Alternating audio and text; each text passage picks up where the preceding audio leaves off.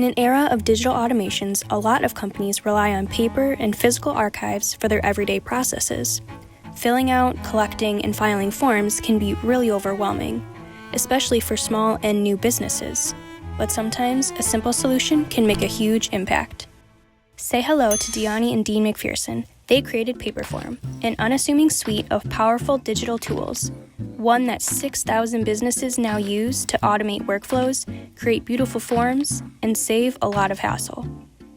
Even in terms of the first form builder, the market was, it wasn't as saturated as it is now, but there were a few existing solutions out there. But for us to be the little guy to come in and for people to find us, that was the other moment where I was like, okay, we're onto something. And this is how they pulled it off.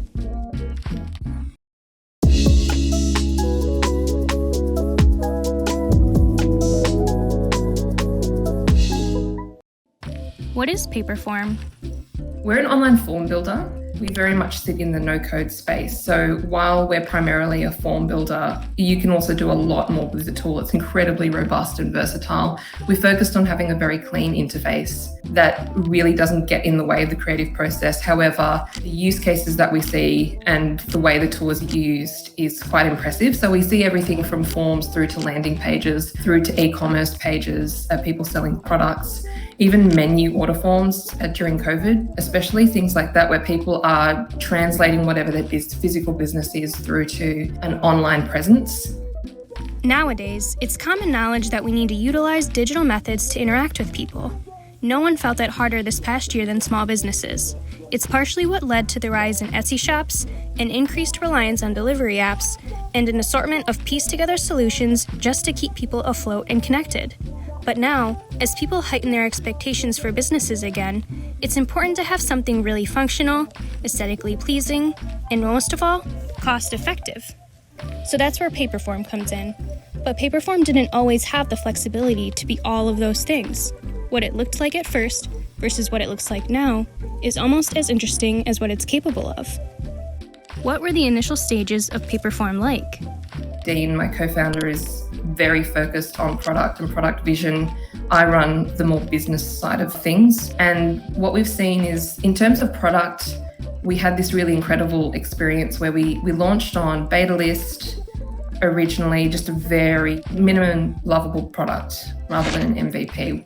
We prefer to say lovable because we needed to solve people's problems. And so we launched with this product and we had people coming in, using it, and instantly they were like, this is amazing, but I also need it to do this, to do that. And we built out a roadmap of what was missing from the product that we could clearly see.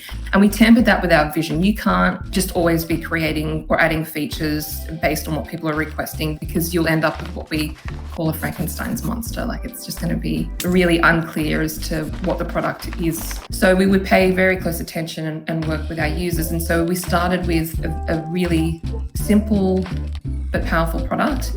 And then we built that out over the first 2 years extensively. So we were releasing features every week, probably 1 to 3 features. When could you first see success in the company? I could see what was being created at its core, and I started to get excited about it. And then even with beta list, we had 300 people respond, which, looking back on it, isn't a huge number of people, but it was enough to excite us, and their response was enough to excite us. And I distinctly remember having this moment where Dean turned to me and he said, we should do this together, like co-found with me.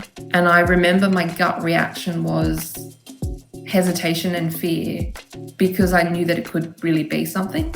And then I was like, okay, I'm scared, but in a good way. Okay, it's good scared. I'm going to lean into that. Of course, I'm in 100%. Let's do it. What is a myth about entrepreneurship that you'd like to dispel? That you need to work on a product for a long time to make sure that it's perfect before you get it out to market. And not everyone says this, but I see people doing it. Like, I talk to people in the community who are really talented and good at what they're doing, and they spend 6 to 18 months. I mean, 6 is kind of okay, but like, you're getting to 12, 18 months and you're still developing a product. The best thing that you could do is, if you're able to, get the product out as soon as possible. As soon as you have something, it doesn't have to be perfect. It doesn't have to have everything that you have a vision for on the roadmap, but it does have to solve the problem pretty well that you're looking at. This is one of the principles of the Lean Startup methodology, a concept created by Eric Ries. Ries developed this methodology after his experience as a startup advisor, employee, and founder. In his book, he relates that the key to actually getting a startup started is to learn what your audience wants without obsessing over a perfect end result. The risks that come with startups and the fact that about 75% of startups fail means that the Lean Startup methodology has quickly become a standard practice for entrepreneurs. What advice can you offer aspiring entrepreneurs that you wish you'd known before starting this journey? Don't hold back. If you know in your gut that something isn't being done right from the beginning, and this little voice in your head is like, this is going to be an issue, or it might be the other side of the same spectrum. There might be an opportunity and you're like, this is an opportunity and everyone else is ignoring it. Listen to that and listen to it early on, even if you don't yet have the confidence in yourself.